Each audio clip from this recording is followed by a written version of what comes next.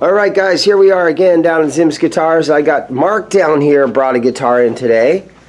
And I got Glenn down here, and we're just looking at this old girl, and she's a beauty. Look at that. So the story behind this guitar, Mark, is... I bought this guitar in 1975 from Ziggy's Music down on 3rd in Phoenix, and it was used in, it's a 72 or a 73, I forget. So we're in Mesa, Arizona right now, and so Phoenix, if you don't know, it's just the next city right down the street. Yeah. You can drive from Mesa to Phoenix and not even realize you went into a different city. And so this guitar has never left, you know, what they call the Valley of the Sun. It's been here its entire life. Right. Did you ever take it out, and did your band ever like tour and stuff like that? Did you ever do that kind of stuff with it? I didn't understand the talent part of the equation. You can have the right equipment, but you got to have the right talent too. Yeah. So the only thing that's different about this from stock is I changed the 3 saddles there. I got those off a guy that had a '62 Stratocaster. That he bought from Bob Turner that was painted refrigerator white. Bob Turner. Yeah, and then this is a 5-position, which I got from Musician's Discount. 5-position switch has been put on it. Yeah. This is actually not the right knob as well. That's kind of what I was thinking. It could be off of the 62. No, it's not off 62. Okay. This is most likely a Squire knob from the 80s, and you can tell there. Back in '72, early '70s, they used bronze paint for that gold lettering, and it turns green, like bronze does. Yeah. So this knob's been changed at one point. Also, you would have been changed. Want to tighten that pot up. Yeah, the last time I had this thing apart would have been 1978, 79 or so. Yeah. It's the last time I had it open up, and it's basically been for the last 20 years or so. It's been in your closet in its case, just. Right, and the only thing unusual when you take it apart is that it's stamped natural in there because it was supposed to be the clear body that was popular. A lot of them were misstamped like that, and then they, oh, well, we need another sunburst. So they grab a natural body that wasn't finished because it had good wood, it would show up nice, and they could now do the sunburst and get it out there. And the grain looks good on it. Yeah, it's a cool guitar. It really is. I would tighten up the you know, pot there. Yeah, I'm gonna have to take it all apart to sell it anyway. You know, take all the pictures, put it online. Yeah. Have you checked the neck on it and the date on the neck and everything? Yes, everything was right when I took it all apart back in the day. And the pots were 72 or 73. That's a good way to tell. Yeah, yeah. Everything back then, which I had some guide from Guitar Player, you know, so, or something like that back then, back before the internet. Yeah. It's in decent shape. It is. The frets are real low. They are really low. I saw that yesterday when he brought it in. Yeah, if these frets here are like you're not going to crown those. Well, yeah, that would be real hard. That's why, in your opinion, why are the frets so small, so short? They did small frets back then, if you remember. They were real. I mean, I've got vintage Strats. I know the Gibson stuff did that. Yeah. But these are worn. I mean, it's an old guitar. It's been played for decades, and you're gonna see. You notice this one will be a little higher, and then right here, that's where you're gonna be doing a lot of playing, and you're gonna get a lot of vibration with the open string. So these 2 frets, these 3 or 4 frets tend to wear out more, but they're pretty worn. If you look at this fret here, that's a little higher. And of course, they're green and nasty.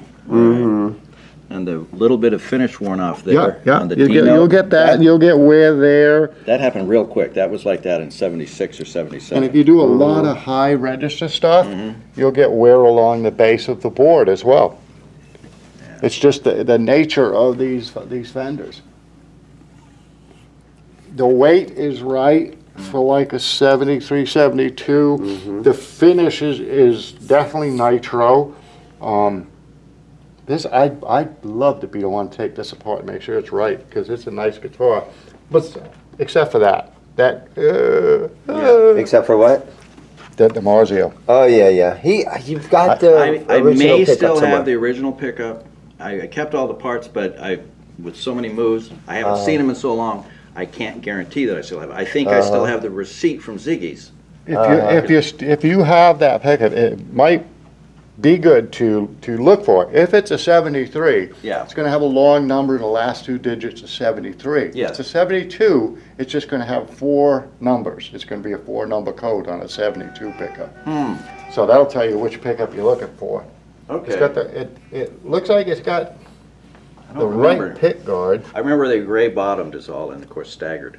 They were Yeah. all staggered into gray bottom. Yeah, it would have been a gray bottom, but like I say, if it's a 73, it's going to say a long number in 73. But if it is a 72, it's going to be 4 digits. Okay. I like this guitar. It's really nice. Could use some tender loving care. Yeah, I would have liked to just, change the strings out and shine it up a little bit. Well, you don't want to just change the strings out on this. What you want to do, I can guarantee you, like all of these screws, you're going to have that issue. So you take them off and you put a little WD and let them sit for a day or two, let it try and work its way through so that you can get those out. And I would replace at least the top ones. These may be more functional, but the top ones, a lot of guys later, and that sweat over 4 decades is going to corrode that little Allen screw. It's just stuff you go through, these vintage guitars. But this, I like this guitar. This here, it was bugging me. That got changed out, obviously. You got a spoon for your lunch? We'll tighten that up right now. That's an accident waiting to happen. I do this to Strats because I'm hitting, and a lot of people do, they're hitting that with their hand and it loosens that pot up. When I see an old tube screamer or something like that, I go to that right-hand pot, and if it's loose, it's probably original because that knob loosens up. Same thing on a Strat. Glenn, let me ask you this. Now, this has the 3-bolt neck plate, and there is a date on there that I'm going to cover just for Mark. But if you pull the neck off of here, there's going to be another date stamped at the heel of the neck. If you pull the neck off this, if you pull the neck off this, it's going to be a 103 code, which means blonde, means maple board, and then the last 2 digits. You're going to see that it's a 72 or a 73 neck. 72 necks, as a rule, weren't lacquered like this. They're a little less lacquer on them. Let me ask you another. Is this a one-piece neck, or is there a... This is one piece. They stopped doing maple caps in the 60s. If it was a maple cap Strat, I would have already bought it off. Okay, so that is a one-piece. Would have been gone. But this looks more like a 73 neck to me. The profile is really nice. I like that skinny little neck on it. But if we pop the neck off of there, it would say A, B, or C profile? No, it's not going to give you those. There's a series of numbers that everybody will tell you what those numbers mean, and they probably don't know what they mean. So we've taken the neck off of it. We're taking a good close look at it now. Is that a piece of a guitar pick? Looks like a piece of a guitar pick. It's a piece of guitar pick, so it's a little bit of a shim. Somebody shimmed it. Yeah. And that shim was sitting... Yeah, on that side. On that side. Okay. So we're going to put it I back wondered in. what that was. Yeah, I've heard those things like in the 70s, the neck pocket, the neck didn't always fit in the pocket super tight. This one is. It is. This one's nice. And then I just wanted to show everybody what the stamp said on the back there. And I'm going real easy with your screws because we don't want to strip them. So 72, and that looks like 1728. March of 72, 8 is the profile. Huh. And it's a maple board. Really cool, huh? Yeah.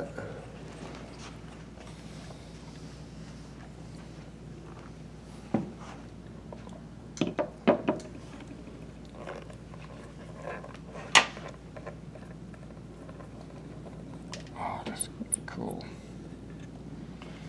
Oh, that screw's not looking so good. Yeah. We'll be okay, though, I think. Glenn is in heaven right now, getting to take an old guitar apart. Oh, yeah, I'm not in heaven with this screw. Believe me, I'm not in heaven with this screw. That screw, I will do that last, because that one doesn't feel well.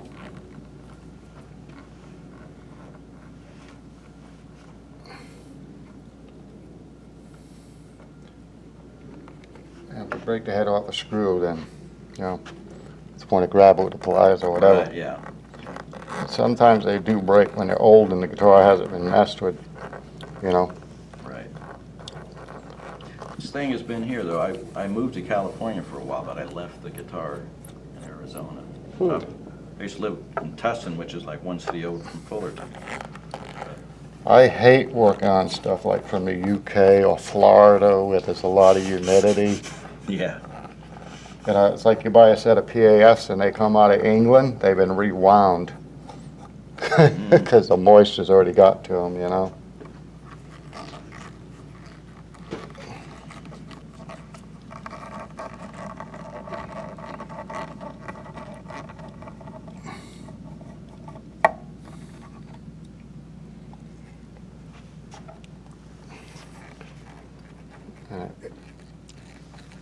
Nice guitar. I'm so glad you're doing this. You're much faster than I am. Yeah. He's done this a lot of times. Too many times. It makes a difference. You know, it does, because sometimes there's little quirks that Exactly. you learn. So I used to drive a Corvair, and there's like, that's... Corvair? Yeah. Cool car. A lot of little quirks to that one. Yeah. She had never seen one, and the other day I pulled up, you know, we're over at like Queen Creek Shopping Plaza or something like that. And I pull in, I just look outside window, and I thought, oh, 65 Corvair, those are cool cars. They are, aren't they? Ralph Nader didn't like them. He didn't like them. No. I had a 62, the bottom of the line model was just at 500, because they like a 500, 700, 900. They later made the 900 the Monza. So it just says 500 on the side, and I get this carload of young guys, like maybe 20 years old, like, what kind of car is that? 13772. Wow. Yeah, it looks like this part's been changed. Yeah, that would make sense. I know one of them. Yeah, this is original. This is original. It looks like this part's been changed, and that's why it's wrong. Hang on, but I think we can. Like you said, remember, see what I said about the long number on a 72? There's a set. Those are 72 pickups. So if you've got, these are late 72 because they have the long number. So if you've got that pickup, you probably want to find it. Yeah, because I remember they all matched. Yeah. It's going to add value to the guitar, that's for sure. Yeah. What I'm doing is I'm taking that inner nut off. And I think we'll be sitting up a little too high. Yeah, we'll be a little too high without. And there's the natural stamp. Yeah, that's normal for these. I've seen so So many like that. Are these ash instead of alder? I've been told that. Some are. This is when you have to have a really better grain. They'll tend to use ash. Yeah. It's heavier than a lot of Strats I've noticed. It's a cool guitar. I like it. So I think what we can do, and here's the problem. I found an issue. I know why that thing's sticking up too high. Because we had a nut, and it had a lock washer, and another lock washer. So that's why it wasn't sitting correctly before. It will be sitting correctly in a minute.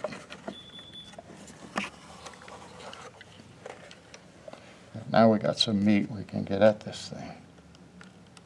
I'll flip that nut over like that. And see, we can now grab the threads. Nice. Okay, Glenn, tell me again about in that right here where it says stamped natural like that. A lot of the ones that had really good grain were set aside for natural. And if they were doing sunburst or they had an order for sunburst, didn't have one laying around, they would grab the natural body because it was unfinished. The unfinished, the bodies that were natural weren't even nitroed. Okay, they were natural like this. So they could take that body and just nitro and do the burst if they needed a burst. I know. So they would stamp I know a natural lot of on the- people oh, say on the they ones that- wouldn't do that, but yes, On they the ones would. that had a real nice grain, they would stamp natural on there. So they started producing a few of those with the flamey tops that would have got painted black, and all of a sudden the burst was there. Yeah. And the Les Paul burst was the stuff. Everything, this cap's original, this pot's original. If you look at those numbers, you'll see 13772. Now it could be a 73 and have a 72 pot. It can't be a 73, a 2 and have a 73 Right. pot. So with that and those pickups, you're looking at it's a 72, which I thought it was. Okay.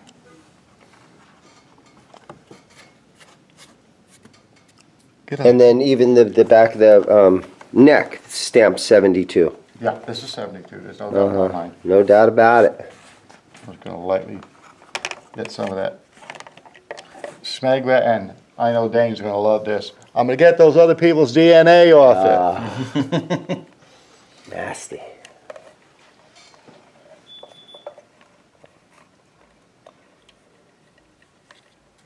Now it's like, get it back where it all sits in there, and that pickup just drops right in like that. Yes. Nice, very nice. I have a whole garage of places where this Where that where the pickup could be. yeah. Mm-hmm. Advantageous to have it. Yes. That's why I didn't throw it away or anything or trade it out. Just went with the DiMarzio deal because they were It was a new thing, and everybody was getting it. It was what all the cool kids were doing.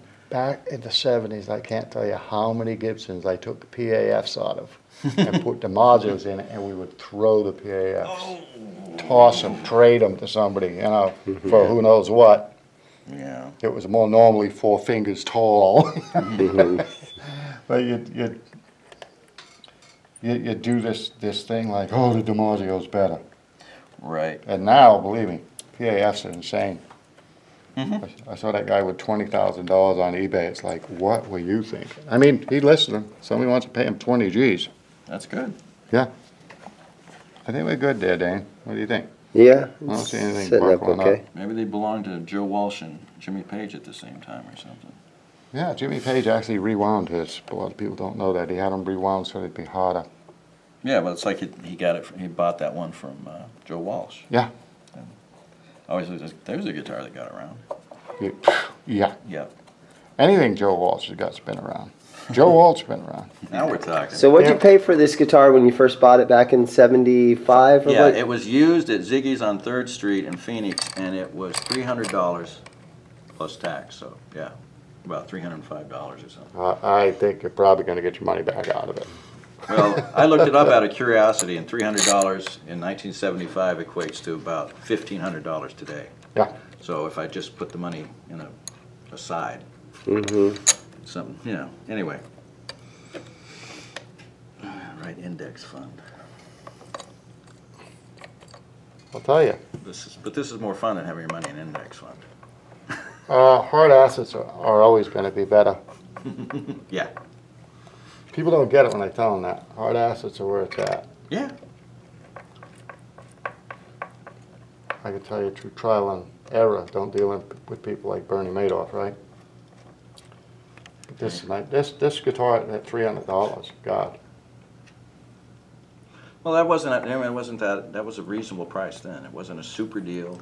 And I mean, over the years of having this guitar, I mean, have you had to just, you know, people, every time somebody sees it, they're offering, hey, let me buy that, right? You have to pretty much like beat people off with a stick every time you bring it out? There was a good 10-year period in the late 70s to late 80s where, oh, it's not pre-CBS.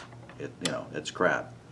Okay. Those They days still think that way. some of them do, but it's people have come to their senses. I've played some CBS Strats that are insanely good. Yeah, they're good enough for Jimi Hendrix, right? Guy could play a little bit. Now I actually played his white one and his black one. The Olympic white. The Newport Folk Festival back in 67, I think The it one. was. Oh, okay. Yeah, I was sitting there, and I got invited to go up on the side of the stage with one of the techs, and then Jimmy came on, and I stood there and watched him do the sound check, like, on the stage. Oh, insane. He was really a real soft-spoken, very nice guy. All right, Glenn. Well, tell me your thoughts on refret, because this has the smallest, shortest They do. little frets on there. What's The your early thoughts on 70s that? frets are very low, And a lot of the old ones, this old, you're going to see up here in this area, you're going to see those frets get to where they're flat right there. And if you take your hand and you rub on the edge of the fret, you'll feel it. And then you go in the middle, you'll feel there's nothing there. It's almost down on the wood. So you can't get a crowning tool over it to crown it. Now it's time to replace the frets. Unfortunately, when you replace the frets, it costs money. And to have it done right costs money. Anybody, there's a lot of people that can replace your frets. And does that hurt the value? I mean, if Mark is wanting to sell this thing. You don't mind if I wipe this off of it, do you? No, I trust you, sir. So, I mean, would you, if you were Mark, if you were the owner of this guitar, would you refret it before you sold it? If I was the owner of this guitar, I'm going to be honest with you. This thing would be cleaned up. I would try to work those frets without refretting it. I don't think it can be done, but it can be made better. They can be dressed a little bit. And then let the next person fret it, and you know, you kick down a few bucks and let him deal with fretting it. If I owned this guitar, I'll tell you right now, it would be fretted. It would be fretted. I know, and I wouldn't do it myself. But for Mark, the guy that's wanting to sell this guitar, your advice is to sell it as is. Don't refret it unless first. you want to put money into it and try and get that money out of it. The issue is, let's say you're gonna save, you're gonna knock off 50, 20%, 30%, whatever you're gonna knock off what it would sell for the frets. Now you're gonna have it refretted and drop the value by 50%. So is it smarter to let the next guy drop the value after he pays you? Yeah.